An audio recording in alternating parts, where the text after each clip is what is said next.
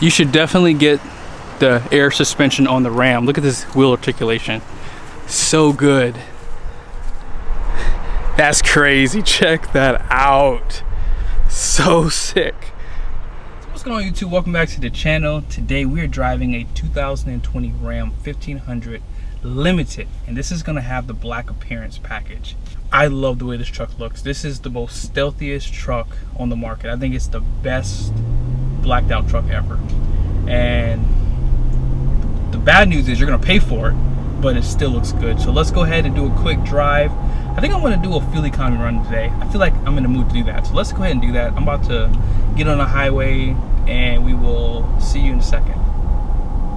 Big thanks to Tate Chrysler here in Frederick, Maryland. These guys pretty much gave me the keys to the truck, told me to take a quick test drive in it. I did so, and I wanted to give them a special shout out. If you're in the market, be sure to check these guys out. Taking a look at the window sticker, this is going to be a 2020 Ram 1500 Limited Crew Cab. Base price on the truck is going to be $56,965. And this is going to be a short listing of all your standard equipment. This does come from the factory with the 321 rear axle. Dampen tailgate is going to be standard. Parking sensors, rain sensing wipers, CarPlay, Google. And you have that wireless charging pad standard. Of course, this has real leather and wood on the seats. You have heated and ventilated front seats and rear seats. And you also have the 12-inch display, which comes standard. I didn't know that. I thought that was an option. On my truck, it's still optional on the Limited. Starting off the options is the Diamond Black Crystal Pearl. It's $100. That's the only color you can get with the black appearance, so that's a bummer. Now, this does have the power trailer tow mirrors with manual fold away. I would strongly recommend to skip this just because I think they look goofy. And I like the standard mirrors better because it gives you the camera system if you like that, and they do power close because these are just manual close. Black appearance is going to set you back $4,000, and this is pretty much everything that's going to come in there. Won't spend too much time. And then just below there, bed utility is going to give you that deployable bed step, adjustable cargo tie down hooks, and this truck also was equipped with the level 1 limited equipment group, and everything that you see here is going to be listed in that too. 392 axle was option. I would probably skip that too. This truck doesn't have a lot of payload, so I mean, why not try to get the best fuel economy? Anti-spin differential in the rear axle, and you do have that 5.7 liter V8 Hemi. Now this does have the dual pane panoramic sunroof, which was $14.95. Strongly recommend you get that. Engine calibration flash, I don't know what that is, but I'm pretty sure there might have been a recall and they probably just added that on here. Destination charge comes in at $16.95 with a total price of $70,520. It's big money. On this drive, I'm going to do more highway mileage, so we're going to probably do 75 to 80 on this run. I don't know how many miles it's going to be, so when we get back to the dealership, we'll go over all that. Obviously, I always do that in all my videos, and I might try to do some Chevy trucks on this same route, so stay tuned for that. But guys, you guys know that I'm getting another truck, and I'm going to unveil that to you really soon, or if maybe I might do it before this, I don't know, we'll see. But nevertheless, this truck rides so good. Now this does have the air suspension. The Limited is standard with the 4-corner air suspension that comes on the truck. I might show that to you guys really quickly on this video also, just to show you like different levels of it. But has a sunroof. It has these goofy tow mirrors, which I would not get on a 1500. I'm sorry. I think that unless you're planning on towing a trailer, I get it, but I don't think these mirrors look good on this truck. I think they look too big for the overall styling. But man, this truck is quiet, so quiet. And the interior is hot. Right now it's 70 degrees outside. I was saying 68, but it was showing 70 a little bit earlier. I feel the need to turn on the cooled seats. This is why I did not get a darker interior in my truck, because I just prefer to be more comfortable. This does look good. I love the way this looks. The design is on point, but it's just too hot for me. I mean, I sweat, and right now I'm sweating a little bit, so I had to turn the cool seat on. Taking a look on the outside, you do have a pretty much blacked out truck. I mean, I don't see any chrome accents. The lightest thing on this truck is that tag and the little turn signal on the mirror right here. But the grille, front bumper, headlights are all blacked out. I love the way these headlights look too. We'll take a closer look at these in a second, but take a look at this performance hood or sport hood, whatever you want to call it. It really does make this truck look a lot nicer too. Makes it very aggressive.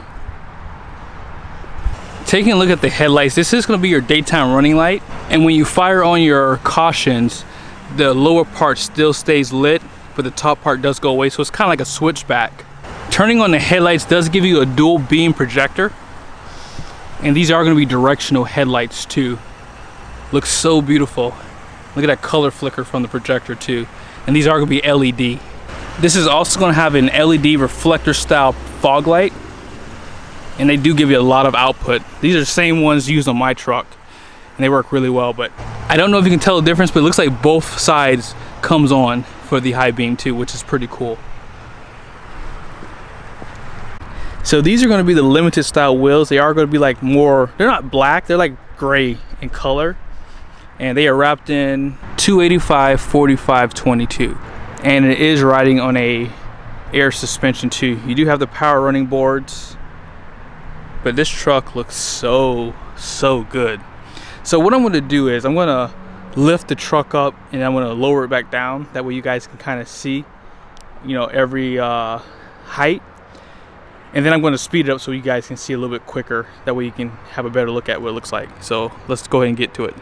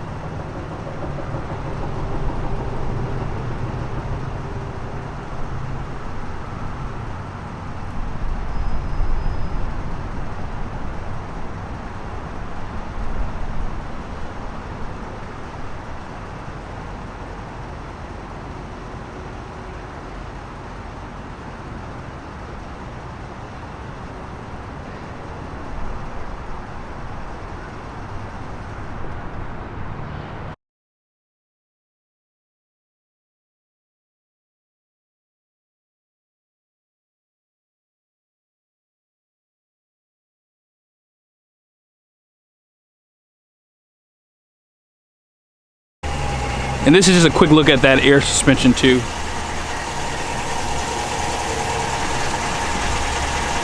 So this is going to be the lowest setting on the truck. This is called the entry and exit. There's also an aero, normal, off-road 1, and off-road 2 is the highest setting that you can get the truck in. But man, take a look at these wheels. I love the way they look. They're a little bit too big, but I think they really do dress up the truck. The truck has really big wheel wells, so that's a good thing. Love the fender flares on the side. I like that there's not a lot of badging and decals. It just looks so clean. I love no chrome. They need to start doing more of this. You do have black accents on the tail lights, black tips on the exhaust, black painted bumper, and this truck was optioned with this bed cover too. Pretty easy to use, I think. In order to open this up, you have to pull these tabs here. There's one on this side, and there's one also on this side too. And this is going to be the shorter bed, so just keep that in mind. I do like the fact that you can close the tailgate with the tonneau cover down too. Mine, I have to lift it up before I could close the tailgate. You do have a deployable bed step. All you gotta do is just kick it down and then kick it back in position. Parking sensors just below. I mentioned this in the past, but I love how they put the parking sensors. They kind of hide them away, so it really cleans up the back end of the truck. All right, so far I've been driving for 6 miles. I've already made a loop back around. I was at 17 miles per gallon when I stopped and made the U-turn. And so far, I mean, 16.5 is really good. I'm driving 6.4 miles for 7 minutes, so pretty consistently. And I'm not doing anything over 70. When I was going back this way, the traffic was kind of heavy, so I was doing like 65. And now I just have the cruise control locked in at 70 miles an hour. Now, I will tell you, this this lane keep is very weird. Like I have to get used to this kind of stuff because I'm not used to it. And I felt the steering wheel kind of turning, and it scared me for a little bit. But yeah, this is pretty cool. Like when you get close to the line, it turns you. Let's see if it'll, and it kind of like centers you back in there. Really cool system. Let's see if it does it again. Yep, it just turned the truck again. That is freaky. I don't want that on my car, but you can turn it off though. I would turn that system off because I can stay in my own lane. But this is a really cool thing.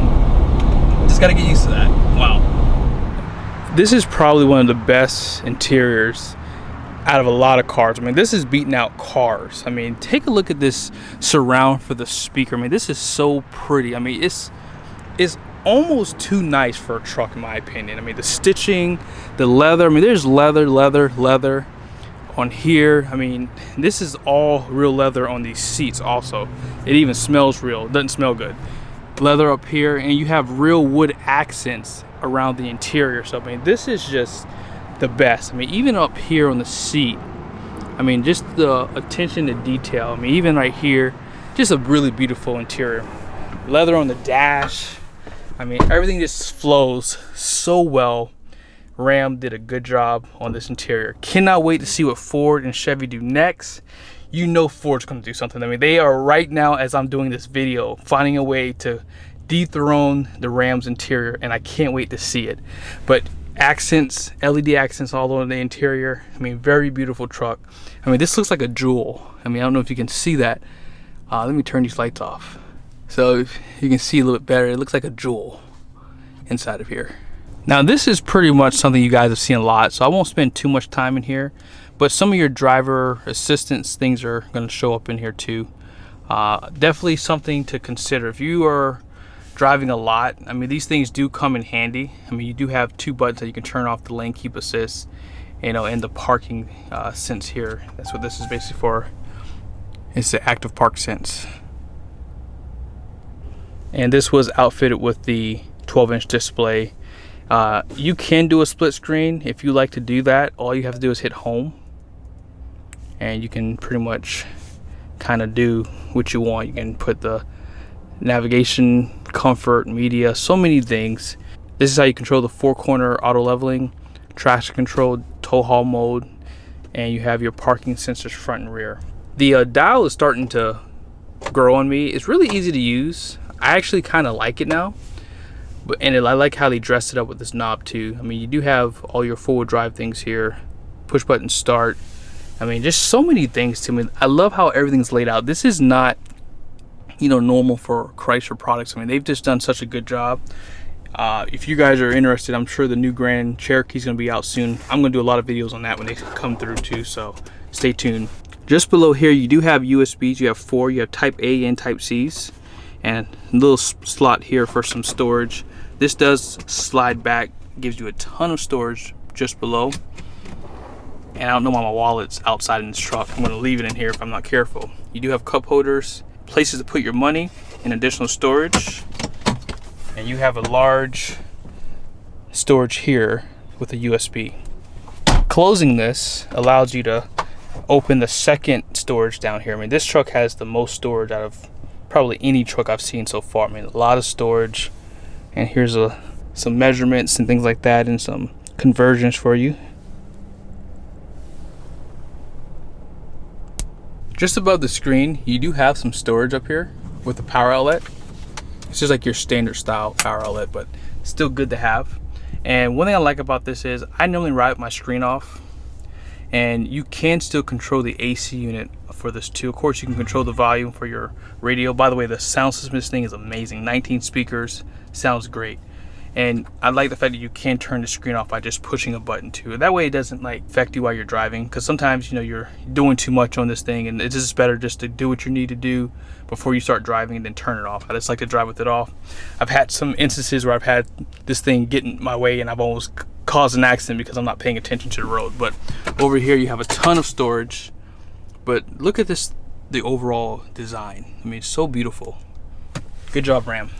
And Ram didn't just skimp on the back seat too. They still give you this beautiful design, and you do have that panoramic sunroof too. I mean, there's just so much on this truck. You almost have to do a 30-minute video on these trucks because they're just so nice and so much to show.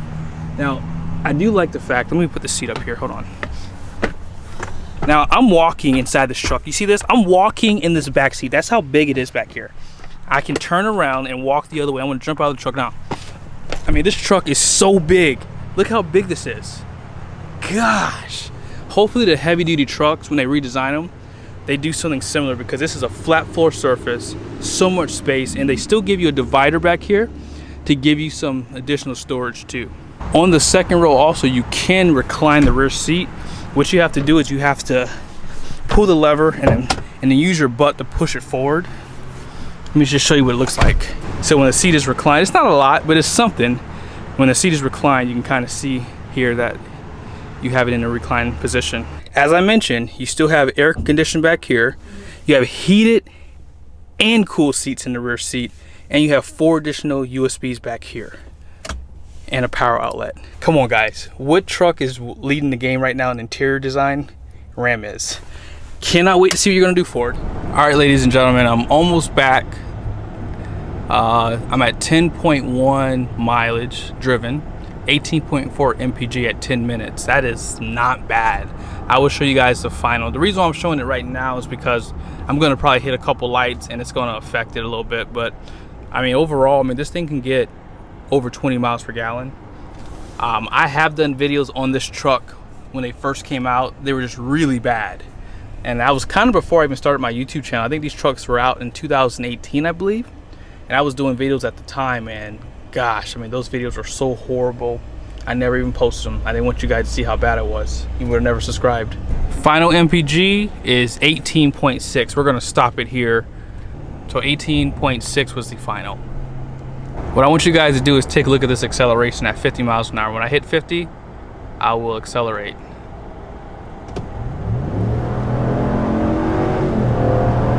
And this thing has no issues.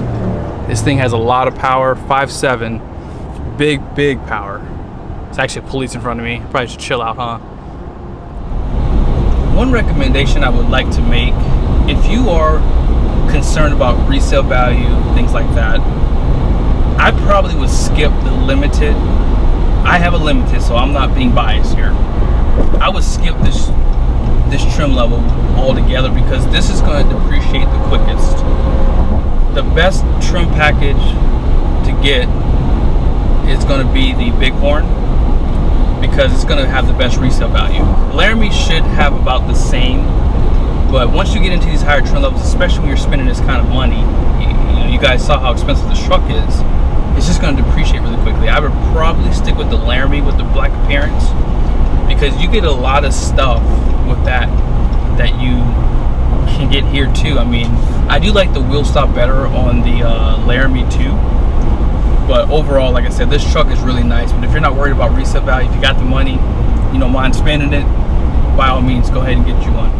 Taking a look at the numbers on this truck, you're going to have a gross axle weight rating up front of 3,900 pounds. The rear is going to be at 41. Gross vehicle weight rating is going to be 7,100 pounds. And you're going to have a total payload of 1,378 pounds. So really quickly, guys, as I mentioned, this truck does have a standard 321 axle. Don't pay any mind to these two limiteds. They're the exact same truck. Don't know why they're on the same page. But your payload capacity, as you saw, was 1,378. This is a little bit less than that. I think it's about 500 pounds less than what was advertised here. Towing capacity at 321 is not bad. I mean, this is a lot of truck here. So, I mean, you're not going to have a lot of capacity for your payload to tow a big trailer. So just keep that in mind. 392 does push that up pretty significantly. So if you do need that additional towing capacity, there you go. One last thing I want to mention to you guys is I probably would not build this truck with the e-torque or with the 392, just because you don't have a lot of capacity in terms of payload, and when you have all these options on this truck, it does lower that, you know. So just go into this thing with a little bit cheaper price tag. And thank you guys so much for watching this video. Hope it was helpful, and hopefully I will see you guys really soon. Peace.